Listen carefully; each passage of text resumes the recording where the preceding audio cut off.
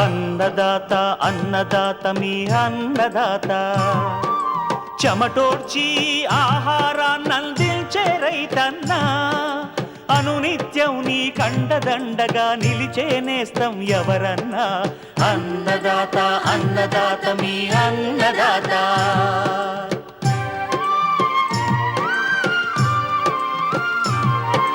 నూతన రీతుల సాగుబడికి, నూరింతలు పెరిగే దిగుబడికి సూచనలిచ్చే సస్య రక్షణకు, పశు పోషణకి శాస్త్ర విజ్ఞానం అందించి ముందుకు నడిపే తెలుగు రైతు భారతదేశానికి మకుటం అయ్యేలా తీర్చిదిద్దే ఆశయంతో మిమ్ము మేలు కొలిపేది అన్నదాత. అన్నదాత అన్నదాత మీ అన్నదాత. అన్నదాత అన్నదాత మీ అన్నదాత. అన్నదాత ప్రేక్షకులకు నమస్కారం. ఈనాటి ముఖ్యాంశాలు: జీవన ఎరువులు, జీవ శిలీంధ్రాల వాడకం, ప్రయోజనాలు, స్వీట్ కార్న్ సాగు యాజమాన్య మెలకువలు, ఇంకా జై కిసాన్ వ్యవసాయ సమాచారం.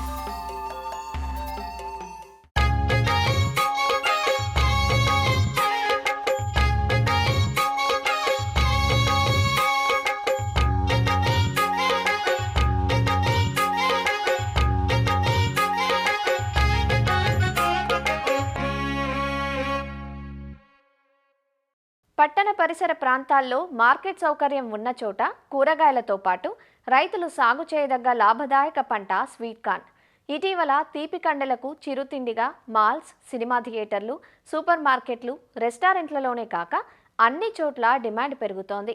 దీంతో రైతులు ఒకేసారి స్వీట్ కార్న్ను విత్తుకోకుండా దఫదఫాలుగా సాగు చేయటం, చీడపీడల నివారణకు ప్రారంభ దశ నుండి సమగ్ర సస్యరక్షణ చర్యలు చేపట్టడం ద్వారా స్వీట్ కార్న్ పంట నుంచి అధిక దిగుబడులు పొందే అవకాశం ఉంటుందంటూ సాగులో మెలకువల గురించి తెలియజేస్తున్నారు ఆమ్దాల వలస కృషి విజ్ఞాన కేంద్రం సేద్య విభాగం శాస్త్రవేత్త డాక్టర్ ఎస్ కిరణ్ కుమార్. ప్రస్తుతం మనకి రైతు సోదరులందరూ కూడా ఈ ఖరీఫ్ పంట వేసుకోవడానికి, అంటే వివిధ రకాల పంటలు సాగు చేసుకోవడానికి మనకి సన్నద్ధమవుతూ ఉన్నారు. అందులో ప్రధానంగా ఈ తీపి మొక్కజొన్నను కూడా ఎక్కువగా వేయడానికి అవకాశం ఉంటుంది. ఎందుకంటే ఈ తీపి మొక్కజొన్న అనేది కూడా 75 నుంచి 80 రోజుల్లోనే మనకు పంట చేతికి వచ్చేస్తూ ఉంటుంది. ఈ తీపి మొక్కజొన్నలో 24% వరకు కూడా సుక్రోజ్ ఉంటుంది. అయితే వీటిలో మనము కొన్ని యాజమాన్య పద్ధతులను పాటించినట్టయితే మనం చాలా మంచి దిగుబడులను రావడానికి ఆస్కారం ఉంటుంది. అలాగే నికర ఆదాయం కూడా పెరిగే అవకాశం కూడా ఎక్కువగా ఉంటుంది అనమాట. వీటిలో నేలలు మనం గమనిస్తే ఈ నేలలు అనేవి తేలికపాటి నేలలు, అలాగే బరువైన నేలలు కూడా సాగు చేసుకోవచ్చు.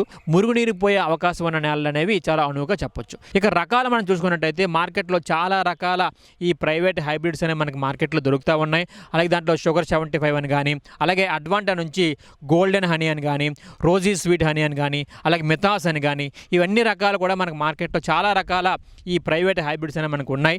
వాటిలో ఏదో ఒక రకాన్ని ఎంచుకొని మనకి రైతు సోదరులు మనం సాగు చేసుకున్నట్టయితే మంచి దిగుబడులు అనేవి రావడానికి అవకాశం అనేది ఉంటుంది. నేల తయారీ మనం చూస్తే 3 నుంచి 4 సార్లు బాగా దుక్కులు చేసుకొని చివరి దుక్కులో మనం ఒక 10 టన్నుల దాకా కూడా పశువుల ఎరువు వేసి, అలాగే బోధులు కాలువలు చేసుకుని విత్తుకున్నట్టయితే ఈ తీపి మొక్కజొన్నలో మంచి దిగుబడులు రావడానికి ఆస్కారం ఉంటుందన్నమాట. అలాగే విత్తే సమయం మనం చూస్తే జూన్ 15 నుంచి జూలై 25 లోపు మనం విత్తుకున్నట్టయితే మంచి దిగుబడులు వస్తూ ఉంటాయి. అలాగే విత్తన మోతాదు మనం గమనిస్తే 4 కేజీల విత్తనం అనేది 1 ఎకరాకు సరిపోతుంది. ఈ విత్తన శుద్ధిలో భాగంగా ఈ 4-టెంజా డియో అనే మందు, ఈ సయాంట్రినిలిప్రోల్ అలాగే థయామెథాక్సమ్ కాంబినేషన్ లో మనకు వస్తుంది. కాబట్టి దీనిని 6 మిల్లీలీటర్లు 1 కేజీ విత్తనానికి పట్టించి మనం విత్తుకున్నట్టయితే ఈ కత్తిరి పురుగు అనేది 20 నుంచి 25 రోజుల వరకు కూడా మన పంట మీదకి రాకుండా అరికట్టుకోవచ్చు. విత్తే దూరం మనం చూస్తే ఒక వరుసకి 2 అడుగులు అంటే 60 సెంటీమీటర్లు పెట్టి, వరుసలోని మొక్కి 20 సెంటీమీటర్ల వరకు మనం పెట్టుకొని విత్తుకున్నట్టయితే ఈ కండి అనేది బాగా రావడానికి, గింజలు కూడా బాగా నిండడానికి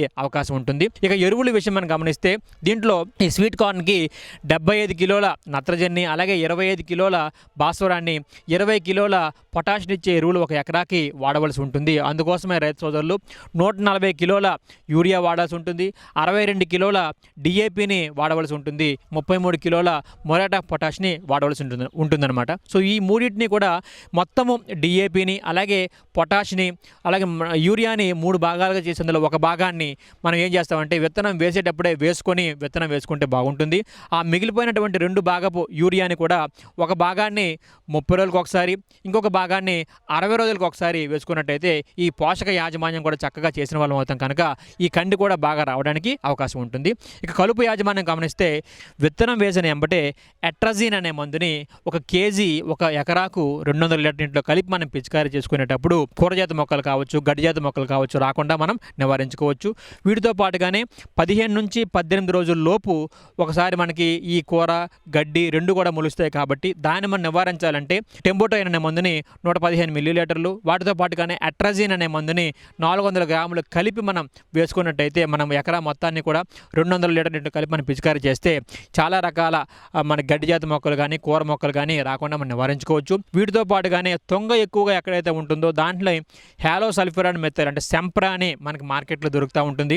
ఇదైతే 36 గ్రాములు 200 లీటర్ నీటిలో కలిపి మనం పిచికారీ చేసుకున్నా కూడా ఈ తొంగ కూడా సమర్థవంతంగా అరికట్టుకోవచ్చు. ఇక నీటి యాజమాన్యం చూస్తే ఈ నీరు అనేది మనకి సుమారుగా 7 తడుల వరకు కూడా మనకు అవసరం పడుతూ ఉంటుంది. కానీ తొలకరలో మనం వేస్తాం కాబట్టి తొలకరలో అంతగా నీరు మనకి 1-2 తడులు మనకి తగ్గించుకునే అవకాశం కూడా ఉంటుంది. ఎందుకంటే మనకు వర్షం పడుతుంది కాబట్టి.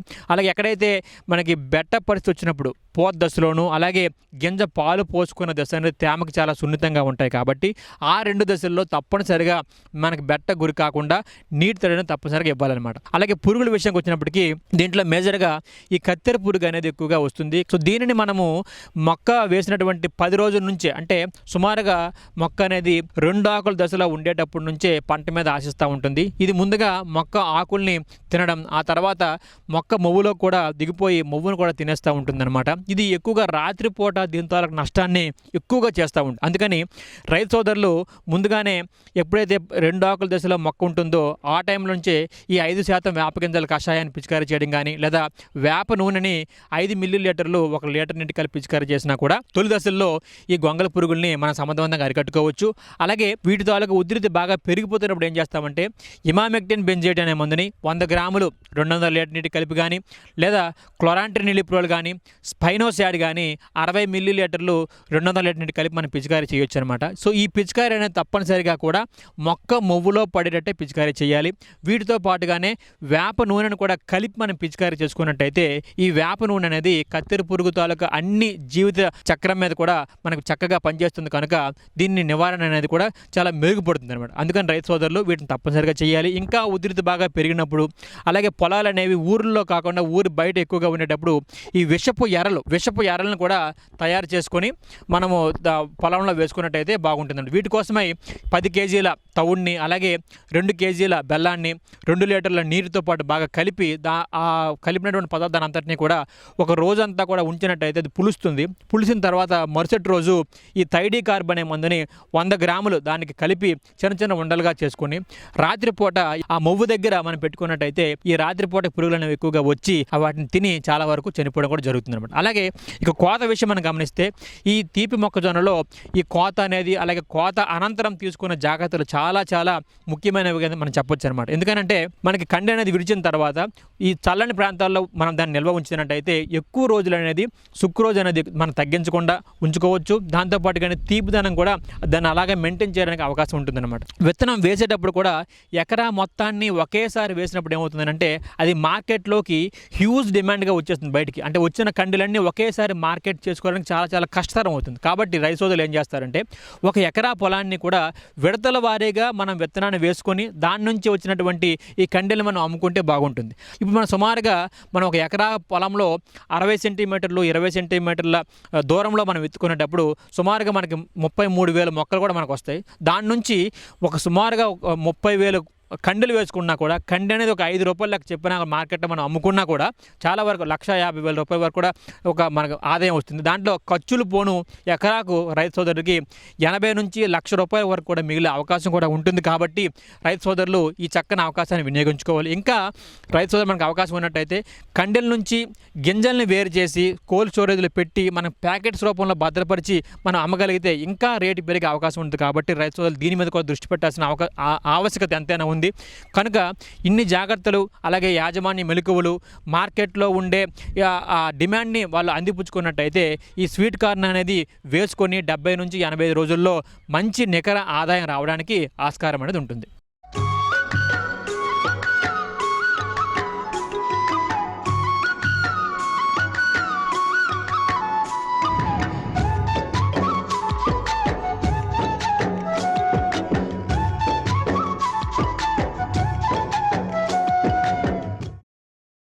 అధిక దిగుబడులే ధ్యేయంగా సాగుతున్న మన వ్యవసాయంలో పంటల ఎదుగుదలకు రసాయన ఎరువులు, చీడపీడల నివారణకు రసాయన మందులను వాడటం అలవాటుగా మారిపోయింది. దీంతో వ్యవసాయ ఉత్పత్తుల్లో వాటి అవశేషాలు ఉండిపోయి అనేక రకాల వ్యాధులకు కారణమవుతున్నాయి. అంతేకాదు వ్యవసాయ ఎగుమతులు కూడా తిరస్కరణకు గురవుతున్నాయి. ఇలాంటి పరిస్థితుల్లో రసాయన ఎరువుల వాడకాన్ని తగ్గించి సేంద్రియ, జీవన ఎరువులకు ప్రాధాన్యం ఇవ్వాలి. వీటిలో జీవన ఎరువుల వాడకంతో రైతుకు ఖర్చు తగ్గడమే కాదు, భూమిలో సేంద్రియ పదార్థం, సూక్ష్మజీవులు పెరిగి నాణ్యమైన దిగుబడులను పొందవచ్చు. అలానే చీడపీడల నివారణకు జీవరసాయనాలను వినియోగించడం ద్వారా ఖర్చు తక్కువతో సమర్థవంతంగా నివారించవచ్చంటూ వివరాలు తెలియజేస్తున్నారు వైఎస్ఆర్ ఉద్యాన విశ్వవిద్యాలయం వెంకటరామన్నగూడెం ప్రధాన శాస్త్రవేత్త మరియు జీవన ఎరువుల తయారీ విభాగం ఇన్ఛార్జ్ డాక్టర్ శేషకిరణ్. రైతులు అనేటువంటిది విరివిగా కెమికల్ ఫర్టిలైజర్స్, కెమికల్ పెస్టిసైడ్స్ అనేటువంటిది చాలా ఇండిస్క్రిమినేట్గా వాడటం జరుగుతున్నది.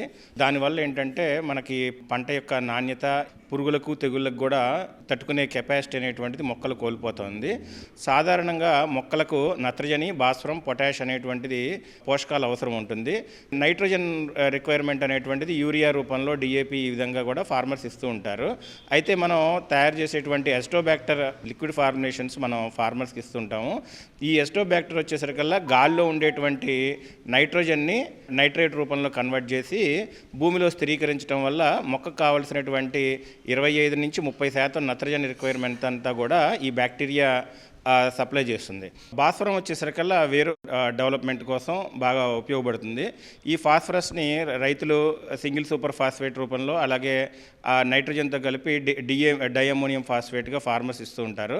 ఫాస్ఫరస్ అనేటువంటిది భూమిలో కూడా ఖనిజాల రూపంలో ఉంటుంది, కానీ మొక్క వినియోగించుకోలేని రూపంలో ఉంటుంది. ఫాస్ఫరస్ సొల్యూబులైజింగ్ బ్యాక్టీరియా ఇచ్చినట్లయితే భూమిలో ఉన్నటువంటి లాక్ అయినటువంటి ఫాస్ఫరస్ని కరిగించి మొక్కలకు అందజేయడం జరుగుతుంది. భూమిలో పొటాష్ అనేటువంటి కూడా ఖనిజ రూపంలో కూడా చాలా అధిక మోతాదులో ఉంటుంది. అయితే మొక్కలు వీటిని వినియోగించుకోలేని రూపంలో ఉంటుంది. జీవన ఎరువుల విభాగంలో ఉత్పత్తి చేసేటువంటి potash mobilizing bacteria or potassium releasing bacteria అనేటువంటిది భూమిలో సప్లై చేసినట్లయితే బ్యాక్టీరియా అనేటువంటిది ఎంజైమాటిక్ రియాక్షన్స్ ఇవన్నీ చేకూర్చి లాక్ అయిపోయినటువంటి పొటాష్ని మొక్కలకి సరఫరా చేయడం జరుగుతుంది. పొటాష్ వచ్చేసరికల్లా మొక్కకు వచ్చేటువంటి బయోటిక్ అండ్ అబయోటిక్ స్ట్రెసెస్ అంటాము. పురుగులు, తెగుళ్ళు, అదేవిధంగా వాతావరణ పరిస్థితుల్లో కూడా మొక్క ఎఫెక్ట్ కాకుండా ఉండే విధంగా నాణ్యమైనటువంటి ఉత్పత్తులు వచ్చే విధంగా పొటాష్ అనేటువంటిది మొక్కకి మేలు చేస్తుంది. అదేవిధంగా ఇక్కడ బయోలాజికల్ కంట్రోల్ ల్యాబొరేటరీ కూడా ఉద్యాన పరిశోధన స్థానంలో ఉన్నది. ఇక్కడ ప్రోడక్ట్స్ వచ్చేసి వ్యవసాయ, ఉద్యాన పంటలు వచ్చేటువంటి తెగుళ్లను అరికట్టడానికై Trichoderma viride, Pseudomonas fluorescens, Bacillus subtilis కూడా ఉత్పత్తి చేయడం జరుగుతుంది.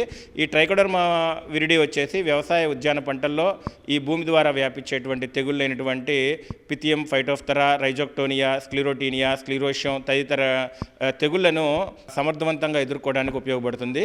అదే కెమికల్ ఫర్టిలైజర్స్ వాడినట్టయితే రెగ్యులర్గా ప్రతి 2 వారాలకు కూడా అనేక మెట్లాక్సిలు, మ్యాంకో జబ్బు, కార్బండిజం ఇవన్నీ కూడా రెగ్యులర్గా వాడాల్సి వస్తుంది. అయితే మనం ఇచ్చేటువంటి ట్రైకోడర్మా ఫార్ములేషన్స్, సూడోమోనాస్, బ్యాసిలస్ అనేటువంటిది సంవత్సరానికి ఒకసారి పశువుల ఎరువులో కానీ వేపపిండి వీటిల్లో ప్రత్యుత్పత్తి చేసి భూమిలో వేసుకున్నట్లయితే ఒక సంవత్సరం వరకు కూడా తెగుళ్లను సమర్థవంతంగా మొక్కలు ఎదుర్కొంటుంది. దీనివల్ల ఖర్చు అనేటువంటి తగ్గటమే కాకుండా వ్యవసాయ, ఉద్యాన ఉత్పత్తుల్లో పురుగు మందులు, తెగులు మందులు ఇవన్నీ కూడా ఈ అవశేషాలు లేకుండా కూడా చేయడానికి చాలా ఉపయోగపడుతుంది. ఈ వరి పండించే రైతులు అగ్గి తెగులు, పాంపొడి తెగులు ఇటువంటివన్నీ కూడా మొక్కజొన్నకు కూడా వచ్చేటువంటి ఫోలియార్ డిసీజెస్. వీటికి కూడా మన సూడోమోనాస్ ఫ్లోరసెన్స్ అనేటువంటిది, సూడోమోనాస్ ఫ్లోరసెన్స్, బ్యాసిల్లస్ సబ్టిలిస్ అనేటువంటి ఫార్ములేషన్స్ ఇస్తున్నాము. సాధారణంగా కెమికల్ ఫర్టిలైజర్స్ కానీ, ట్రైసైక్లజోల్ కానీ అనేక రకాలైనటువంటి మందులు ప్రతి 15 రోజులకు కూడా ఈ తెగులు మందు వాడాల్సి వస్తుంది. అట్లా కాకుండా మనం ఇచ్చేటువంటి సూడోమోనాస్ ఫార్ములేషన్స్ సమర్థవంతంగా ఎదుర్కోవడంలో ఎంతో ఉపయోగపడింది. ట్రైకోడర్మా సూడోమోనాస్ కాకుండా మన యూనిట్ నుంచి సప్లై చేసేటువంటి మరొక ప్రోడక్ట్ ఏంటంటే బ్యాసిల్లస్ సబ్టిలిస్. అధికమైనటువంటి ఉష్ణోగ్రతలు, మన అత్యల్ప ఉష్ణోగ్రతలు ఇటువంటి పరిస్థితుల్లో ట్రైకోడర్మా కానీ, సూడోమోనాస్ కానీ వాటి యొక్క పర్ఫార్మెన్స్ జనరల్గా తగ్గుతూ ఉంటుంది. కానీ బ్యాసిల్లస్ సబ్టిలిస్ అనేటువంటిది దీనికి వచ్చేటువంటి even up to 80 degree centigrade వరకు కూడా దీని పర్ఫార్మెన్స్ అనేటువంటిది తెగుళ్ళు కంట్రోల్ చేయడమే కాకుండా మొక్క ఎదుగుదలకి కావాల్సినటువంటి హార్మోన్ల ఉత్పత్తి కూడా బ్యాసిల్లస్ సబ్టిలిస్ అనేటువంటిది ఉపయోగించడం జరిగింది. వీటితో పాటు మనకి ఎంటమో ప్యాథోజెనిక్ ఫంగై అనమాట. అంటే ఉదాహరణకు బెవేరియా బ్యాసియానా. బెవేరియా బ్యాసియానా వచ్చేసి మొక్కలకి వచ్చేటువంటి తెగుళ్ళే కాకుండా కీటకాలు కూడా తెల్లదోమ, పచ్చదోమ, అట్లా విధంగా తామర పురుగులు, ఎర్రనల్లి, పిండి నల్లి ఇటువంటి అనేటువంటిది రీసెంట్గా చూసుకున్నట్లయితే అల్లూరు సీతారామరాజు, పాడేరు తదితర జిల్లాల్లో ఉండేటువంటి కాఫీ తోటల్లో కాఫీ బెర్రీ బొర్ర అనేటువంటిది కొత్తగా పురుగు అనేటువంటిది గమనించడం జరిగింది. వాటిని సమర్థవంతంగా ఎదుర్కోవడానికి మన బెవేరియా బ్యాసియానా అనేటువంటి పౌడర్ ఫార్ములేషన్లో ఫార్మర్స్కి అక్కడ ఇచ్చేసి స్ప్రే చేయటం వల్ల ఎక్కడైతే మనం గమనించామో అంతవరకే కేంద్రీకృతం అయ్యేట్టు పక్కన ఉన్నటువంటి కాఫీ తోటలకు కూడా ఎటువంటి నష్టం కలగజేయకుండా అనేటువంటిది బెవేరియా బ్యాసియానా అనేటువంటిది ఉపయోగపడుతుంది. ఈ విధంగా వ్యవసాయ ఉద్యాన పంటల్లో ఉండేటువంటి పోషకాల ఆవశ్యకత దృష్ట్యా సేంద్రియ పద్ధతుల్లో అతి తక్కువ ధరలతో రైతులకు సప్లై చేయడం జరుగుతుంది.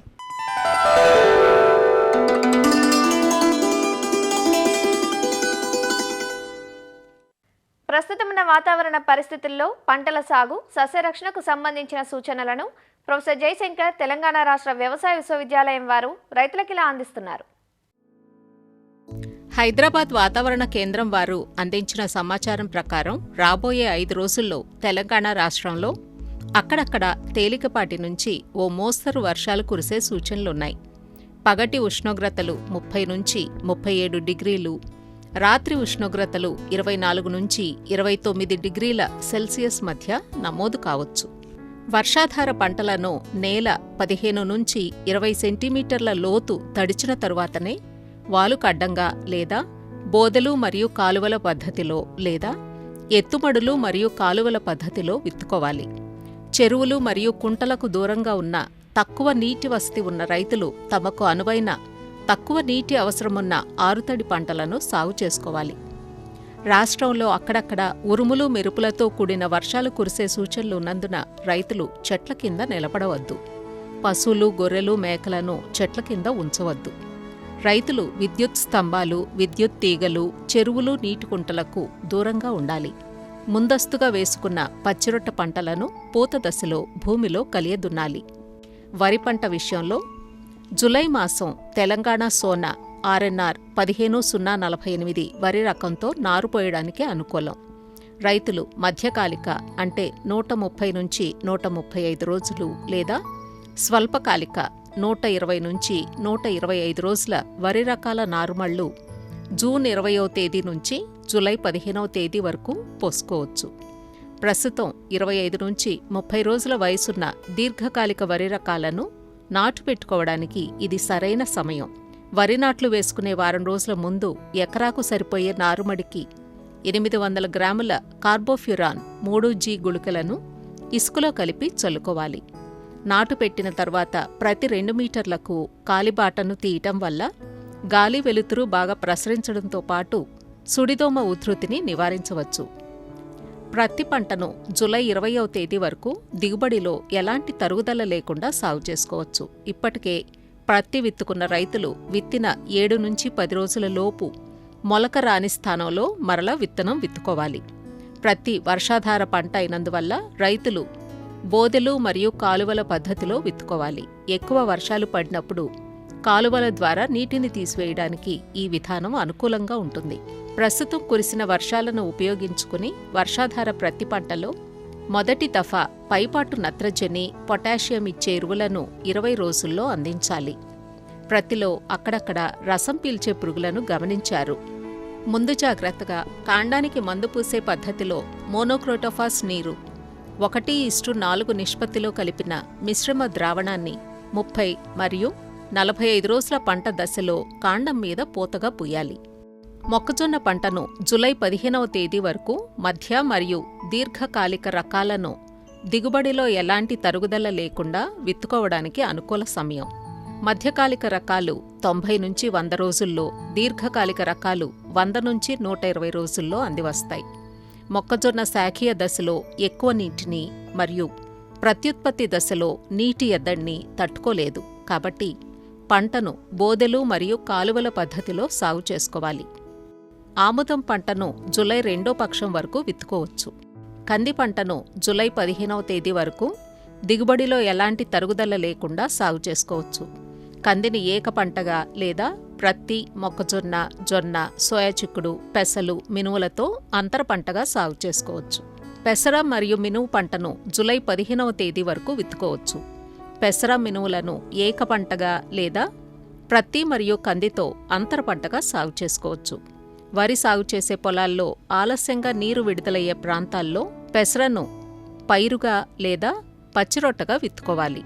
ప్రస్తుత వాతావరణ పరిస్థితులు పెసర పంటలో తెల్లదోమ ఆశించడానికి అనుకూలం. నివారణకు 1.6 మిల్లీలీటర్ల మోనోక్రోటోఫాస్ లేదా 1.5 గ్రాముల ఎసిఫేట్ మందును లీటర్ నీటికి కలిపి పిచికారీ చేయాలి. లేనట్లయితే పల్లాకు తెగులు వ్యాప్తి చెందుతుంది. సోయా చిక్కుడు పంటను జూలై మొదటి వారం వరకే విత్తుకోవాలి. ప్రస్తుత వాతావరణ పరిస్థితుల్లో సోయా చిక్కుడుకు వేరుకుళ్ళు తెగులు ఆశించే అవకాశముంది. తెగులు గమనించినట్లయితే నివారణకు 3 గ్రాముల కాపర్ ఆక్సీక్లోరైడ్ లీటర్ నీటికి కలిపి నేల బాగా తడిచేలా మొక్కల మొదళ్ల చుట్టూ పోయాలి. చెరకు తోట వయస్సు 4 నెలలప్పుడు మొక్కల వరుసల మొదళ్లకు ఎత్తుగా మట్టిని ఎగదోయాలి. దీనివల్ల అధిక వర్షాలు మరియు తుఫాను గాలులకు పంట పడిపోకుండా కాపాడుకోవచ్చు. ప్రస్తుత వాతావరణ పరిస్థితుల్లో కోళ్లలో కొక్కెర తెగులు, గొర్రెల్లో చిటుకు వ్యాధి మరియు పీపీఆర్ వ్యాధి, ఆవులు మరియు గేదెల్లో గొంతువాపు వ్యాధి సోకడానికి అనుకూలం. వీటి నివారణకు టీకాలు వేయించాలి. గొర్రెల్లో నట్టల నివారణకు డీవార్మింగ్ చేయించాలి.